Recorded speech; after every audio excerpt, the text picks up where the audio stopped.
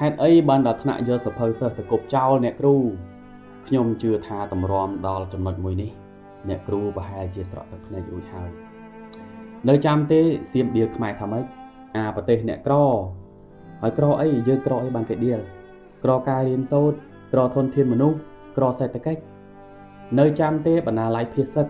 នៅចាំទេសាលាតាមជ័យដែនរៀនបណ្ដារត់កិច្ចក្របផ្លោងម្ដាយ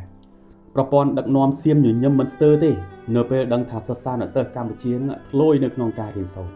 ប្រៀបដូចទំពាំងដែលខ្ជិលលូតលាស់ចេញពីដីអញ្ចឹងតែវាខ្ជិលលូតចេញពីដីនឹងជារបស់អញខឹងណាស់ពេលឮពាក្យថាសណ្ដានខ្មែរវាដែលចេះឈឺចាប់បានយូរអីវាតែប្រហែលខែហ្នឹងវាភ្លេចអស់ហើយតើអាចទេ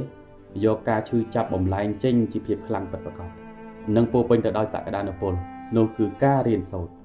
ខ្ញុំជឿថាទំហំនៃការឈឺចាប់របស់គ្រូមិនតូចទេនៅក្នុងរឿងហ្នឹងឈឺចាប់ណា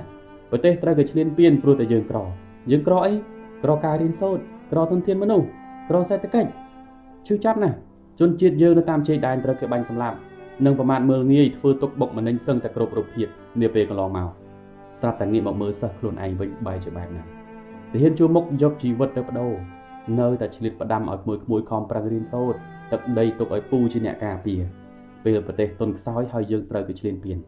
យើងនាំគ្នាស្រែកថាម៉េចយើងត្រូវតែខ្លាំងដោយខ្លួនឯងយើងត្រូវតែខ្លាំងដោយសង្ហបុរីខ្លាំងអីគេខ្លាំងអីបើគ្រាន់តែកត់មេរៀនក៏ខ្ជិលដែរនឹងឬគិតថាភាពខ្លាំងរបស់ប្រទេសមួយសំដៅលើកម្លាំងទ័ពនិងសភាវុធទាំងស្រុងត្រូវខំរៀនណាមិនអាចប្រហែសបានទេ